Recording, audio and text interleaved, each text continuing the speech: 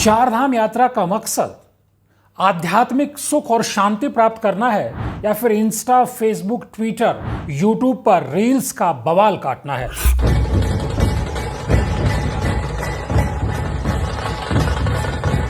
चारधाम तैयारियों के मोर्चे पर पहले हफ्ते में अगर सरकार कमजोर साबित हुई तो क्या श्रद्धालुओं के स्तर से बड़ी चूक नहीं हुई है? दोस्तों नमस्कार। द न्यूज अड्डा के इस खास वीडियो में हम बात करेंगे कि उत्तराखंड में 10 मई को जब चारधाम यात्रा का आगाज होता है उसके बाद कहां सरकार, चूंकि वो अपनी जगह है, लेकिन श्रद्धालुओं के मोर्चे पर क्या गलतियां हुई हैं और अब कैसे उनको सुधारा जा सकता है। हालात बदलते हुए नजर आ रहे हैं, लेकिन 20 मई के आसपास से जब स्कूलों की छुट्टियां शुरू होंगी और असल जो गर्मी का सीजन शुरू होगा तब बड़ी तादाद में श्रद्धालु उत्तराखंड आएंगे चारधाम यात्रा के लिए, ऐसा मानकर चला जा रहा है। लेकिन पहले हफ्ते में जिस तरह से लाखों श्रद्धालु उमड़े उसने सारे यात्रियों के रिकॉर्ड तो तोड़े ही, लेकिन सरकार की तैयारियों को भी एक्सपोज कर दिया। लेकिन अब बड़ा सवाल ये कि क्या श्रद्धालुओं के स्तर पर जिस तरह की तस्वीरें चारों धामों से, खास तौर पर केदारनाथ धाम से नजर आ रही है, जिस तरह से रील, शॉर्ट्स और डिजिटल कंटेंट क्रिएट करने के नाम पर जिस तरह का तमाशा केदारनाथ धाम में देखा जा रहा है, क्या यह सही है?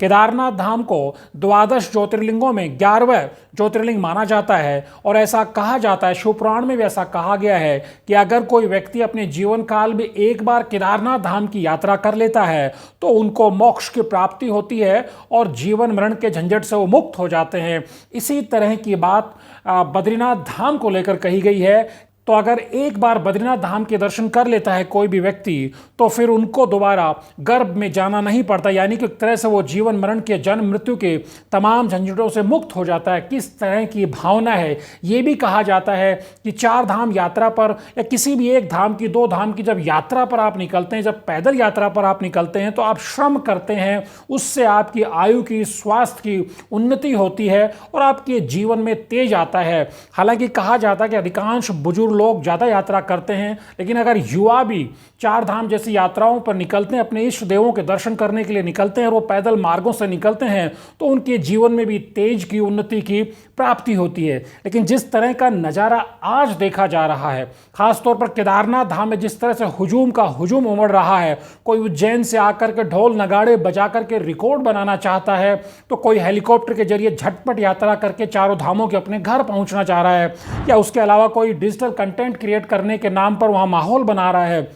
मजबूरन सरकार को यह एक्शन लेने को मजबूर होना पड़ा कि 50 मीटर के दायरे में जो चारों धामों के जो मंदिर परिसर है उनकी 50 मीटर की परिधि में मोबाइल के इस्तेमाल पर, वीडियोग्राफी पर, रील्स आदि बनाने पर रोक लगानी पड़ी है।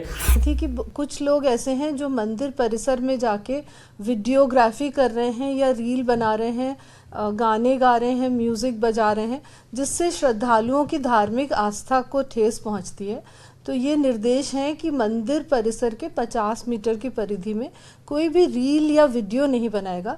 मोबाइल रखने पे कोई रोक नहीं है, मोबाइल आप रख सकते हैं। मोबाइल पे जैसे सामान्य बातचीत होती है आप बातचीत भी कर सकते हैं, लेकिन वहाँ मंदिर में जाके नाच गाना करके, ढोल नगाड़े बजा के वीडियोग्राफी या रील नहीं बनाएंगे। इस तरह के फैसले सरकार को लेने पड़ते हैं। ये अपने आप में चिंता जताता है कि श्रद्धालुओं के स्तर पर जो भी लोग, जिन भी लोगों तक हमारी आवाज़ पहुंच रही, कल भी मुझे जयपुर से कुछ लोगों के फ़ोन आए कि उनके रिश्तेदार हैं वो ऋषिकेश में फंसे हुए हैं, क्या उनके लिए आप रजिस्ट्रेशन की व्यवस्था करा देंगे।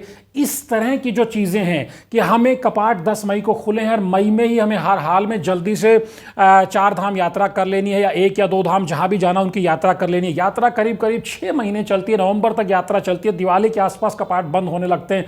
तो क्या हालात को, उत्तराखंड के हालात को समझते हुए यात्रा को प्लान नहीं किया जा सकता? ये प्रश्न श्रद्धालुओं के सामने है। तीर्थयात्रियों का उत्तराखंड में स्वागत है, लेकिन उत्तराखंड की सरकार की, उत्तराखंड की जो भौगोलिक परिस्थितियां, उनकी अपनी एक सीमाएं हैं, जो एक कैरिंग कैपेसिटी है। जब आप 10 से 12,000 फीट की ऊंचाई पर आप जाते हैं तो वहां किस तरह का एटमॉस्फेयर रहता है, क्लाइमेटिक कंडीशंस किस तरह की रहती है, तेज बर्फीली हवाएं चलती हैं, बारिश जल्दी जल्दी हो जाती है और ऑक्सीजन का लेवल कम होता है।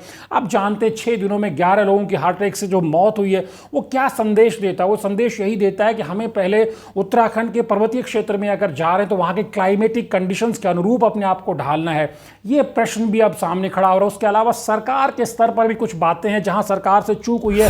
हालांकि मुख्यमंत्री अब खुद मोर्चे पर उतरे हैं और उन्होंने जिस तरह से अफसरों को मैसेज दिया है कि सिर्फ ऑफिस की चेयर से काम नहीं चलेगा, ग्राउंड में उतरिए।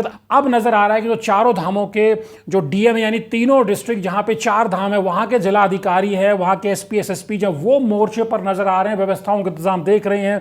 मीनाक्षी सुंदरम को उत्तरकाशी यानी गंगोत्री यमुनोत्री धाम की जिम्मेदारी देकर के भेजा है मुख्यमंत्री ने। उसके अलावा भी लगातार मुख्यमंत्री हर दिन इसकी मॉनिटरिंग कर रहे हैं। ये अपने स्तर पर है। सरकार ने अपनी कई गलतियों से सबक लेते हुए कई ऐसे फैसले उठाए हैं, लेकिन अभी भी कुछ चीज़ें हैं जो सरकार के स्तर पर हो सकती है। सबसे बड़ी ताकत है, सबसे बड़ा हथियार है कम्युनिकेशन का। अगर आप उत्तराखंड सरकार के कम्युनिकेशन एपरेटस को देखेंगे तो आपको पता चलेगा कि इंफॉर्मेशन का कोई सिंगल विंडो सिस्टम नहीं है। ऐसा नहीं है कि उत्तराखंड के मीडिया सेंटर में देहरादून में बैठ करके आपने एक प्रेस कॉन्फ्रेंस करके मीडिया को जानकारी दे दी और आपके काम की तीसरी हो गई। आप ये देखिए कि जब आप खंगालते उत्तराखंड टूरिज्म, क्योंकि उत्तराखंड का जो टूरिज्म डिपार्टमेंट है वो 4 धाम का नोडल विभाग है।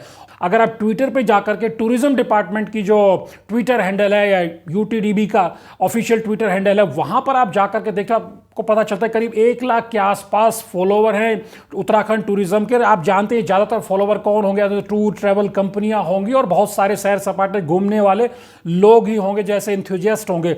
लेकिन सवाल तब खड़ा होता है जब आपको पता चलता है कि उत्तराखंड टूरिज्म के ट्विटर हैंडल पे जो एक्स पे उनका जो अकाउंट है उसके ऊपर 10 मई को जानकारी दी जाती है कि बद्रीनाथ केदारनाथ धाम के कपाट खुल जाते हैं। उसके बाद 4 धाम यात्रा में किस तरह के हालात बने हुए हैं, प्रशासन ने, सरकार ने क्या क्या स्टेप्स उठाए हैं, उसकी कोई जानकारी नहीं है। कहीं भी ये नहीं बताया जाता है टूरिस्ट से कि आप अगर उत्तराखंड 4 धाम यात्रा का टूर प्लान कर रहे हैं तो क्यों रजिस्ट्रेशन मैंडेटरी है। उसके अलावा मत आइए, आपको दिक्कतें होंगी, आपको अपने लोगों के साथ आएंगे, उनको कठिनाइयों का सामना करना पड़ेगा। टूरिज्म डिपार्टमेंट कोई ऐसी जानकारी साझा नहीं कर रहा। सरकार जो पल पल नए स्टेप्स उठा रही है सिचुएशन को देखते हुए, हालात को संभालने के लिए, उसकी कोई जानकारी जो नोडल विभाग है उसी की वेबसाइट पर जाकर नहीं मिलती। इसी तरह कोई बड़ी जानकारी, लगातार अपडेट्स जो सरकार उठाती है, वो जो बद्री केदार मंदिर समिति की जो ट्विटर अकाउंट है, सोशल मीडिया के जितने भी अकाउंट है, वहां पर आपको दर्शन के विजुअल मिलेंगे, लेकिन बहुत ज्यादा इंफॉर्मेशन वहां आपको नजर नहीं आती है। सतपाल महाराज उत्तराखंड के टूरिज्म मिनिस्टर हैं और उनको उत्तराखंड में तो राजनीतिक शख्सियत के तौर पे जाना जाता है, लेकिन उत्तराखंड से बाहर उनकी एक आध्यात्मिक सेलिब्रिटी की बहुत बड़ी छवि है, उनके बहुत ज्यादा फॉलोअर हैं। लेकिन जब सतपाल महाराज के ट्विटर अकाउंट पर जाते हैं, एक्स अकाउंट पर आप जाते हो, तो आप देखते हैं कि उनके भी अच्छे खासे फॉलोवर हैं, लेकिन उन्होंने बद्रीनाथ केदारनाथ धाम के कपाट खुलने की जानकारी 10 मई को केदारनाथ धाम के कपाट खुलने की, फिर 12 मई को बद्रीनाथ धाम के कपाट खुलने की जानकारी वो जरूर साझा करते हैं। उसके अलावा कोई इंफॉर्मेशन उनके ट्विटर हैंडल पर आपको नहीं मिलेगी। इसी तरह से DIPR का जो ट्विटर हैंडल है वहां से जानकारियां आ रही हैं, लेकिन इस तरह एक सिस्टमेटिक तरीके से इंफॉर्मेशन आनी चाहिए, ये अपने आप में बड़ा सवाल है। क्योंकि आपको बंगाल में बैठे हुए श्रद्धालु को सूचना देनी है, आपको दक्षिण भारत के राज्यों में बैठे हुए श्रद्धालुओं को सूचना देनी है, आपको गुजरात में, राजस्थान में, उत्तर प्रदेश के दूरस्थ क्षेत्रों में बैठे हुए श्रद्धालुओं को भी सूचना देनी है जो प्लान कर चुके हैं उत्तराखंड 4 धाम यात्रा पर आने का या फिर आने की प्लानिंग कर रहे हैं। मध्य प्रदेश के लोगों को, महाराष्ट्र के लोगों को जानकारी देनी है। ये अपने आप में बहुत बड़ा प्रश्न है जिसको एड्रेस किया जाना चाहिए। सोनप्रयाग में जितने भी हमारे यहाँ यात्री आते हैं उनको हम सुव्यवस्थित तरीके से पुलिस द्वारा लाइन व्यवस्था की जाती है, जिसके अंतर्गत हम सभी यात्रियों को एक लाइन में शटल पार्किंग तक भेजते हैं ताकि वो वहाँ से गौरीकुंड के लिए शटल सेवा का प्रयोग कर सकें। मैं अनुरोध करूँगी सभी जनता से जो केदारनाथ धाम में आ रहे हैं कि जो हमारी पुलिस की लाइन व्यवस्था है एक ही लाइन बना के आइए, ज़बरदस्ती आप भीड़ बना के मत आइए और पुलिस का पूरा आप सहयोग करें ताकि हमारी जो यात्रा है ये एकदम शांतिपूर्वक चलती रहे। श्रद्धालुओं के पास जो जानकारी यूट्यूब के माध्यम से, ट्विटर, एक्स के माध्यम से, फेसबुक या दूसरे इंफॉर्मेशन के जरियों के माध्यम से पहुंचती है, अगर किसी के पास रजिस्ट्रेशन को लेकर के किसी के पास आज की अगर जानकारी पहुंच नहीं पाती है, 2 दिन पुरानी जानकारी पर कोई आधार बना करके उत्तराखंड की तरफ चल पड़ता है, तो ये बहुत सारे प्रश्न हैं जिनका समाधान करना चाहिए। साथ ही श्रद्धालुओं के स्तर पर भी ये देखना पड़ेगा कि उत्तराखंड में आपका स्वागत है, लेकिन क्या आप 4 धाम यात्रा आ रहे हैं आध्यात्मिक सुख और शांति के लिए आ रहे हैं, ईश्वर के पास आकर के आप उनकी आराधना करना चाहते हैं, या फिर ढोल नगाड़े, रील्स, यूट्यूब, सोशल मीडिया का कंटेंट क्रिएट करने के लिए आप आ रहे हैं, क्योंकि इससे इस तरह का माहौल क्रिएट होता है कि जो श्रद्धालु वास्तव में पूरी आस्था और सच्चे मन और लगन के साथ कई सालों की तपस्या के बाद उनको लगता है कि अब उनको मौका मिलने वाला है, जब वो चार धाम पे अपने इष्ट देव के दर्शन करने के लिए जा रहे हैं, वहां पर जब इस तरह का हुड़दंगी माहौल होता है तो उनकी आस्था को भी ठेस पहुंचती है। तो कुल मिलाकर के जो पिछला एक हफ्ता गुजरा है चारधाम यात्रा का, उसने सरकार के स्तर पर जो कमियां रही हैं उनसे सबक लेने का संदेश दिया है। तो श्रद्धालुओं के लिए भी ये मैसेज आया है कि चारधाम यात्रा में एक होड़ में, सबसे पहले दर्शन करने की होड़ में, जल्दी से जल्दी दर्शन करने की होड़ में आप जाम में फंसेंगे, घंटों जाम में फंसेंगे और आपकी यात्रा का अनुभव एक तरह से यातनादायक बन जाएगा। तो आपको भी समझने की जरूरत है। सरकार को सबसे पहले एक इंफॉर्मेशन का जो इंफॉर्मेशन डिसमिनेशन को लेकर के, यानी सूचना इस तरह से दी जाए कि वो सिंगल विंडो इंफॉर्मेशन हो, लेटेस्ट अपडेट, और वो अधिक से अधिक श्रद्धालुओं तक पहुंचे। खासतौर पर उत्तराखंड, यानी उत्तराखंड के बाहर के जिन राज्यों से सबसे ज्यादा श्रद्धालु आते हैं, सरकार के पास वो डेटा है कि गुजरात से कितने श्रद्धालु आते हैं औसतन, और पश्चिम बंगाल से या दक्षिणी राज्यों से कितने लोग आते हैं, राजस्थान से कितने लोग आते हैं। तो वहां तक सूचना किसी न किसी माध्यम से पहुंचनी चाहिए। हालांकि यह तैयारी यात्रा शुरू होने से पहले भी की जा सकती थी। हमारे अधिकारी इन तमाम राज्यों में जाकर के प्रेस कॉन्फ्रेंसेज करके या वहां किसी न किसी तरीके से ये इंफॉर्मेशन शेयर कर सकते थे, लेकिन अभी भी देर नहीं हुई है। एक हफ्ते के कड़े अनुभव के बाद अब अगर सरकार भी संभलती है और श्रद्धालु भी हालात की गंभीरता को, ग्राउंड की रियलिटी को समझ करके अगर चारधाम यात्रा के लिए आते हैं तो उनको एक अच्छा सुखद अनुभव अपने साथ लेकर जाने का मौका मिलेगा। द न्यूज़ अड्डा के वीडियोस को लाइक कीजिए, शेयर कीजिए और चैनल को सब्सक्राइब करना मत भूलिए। नमस्कार।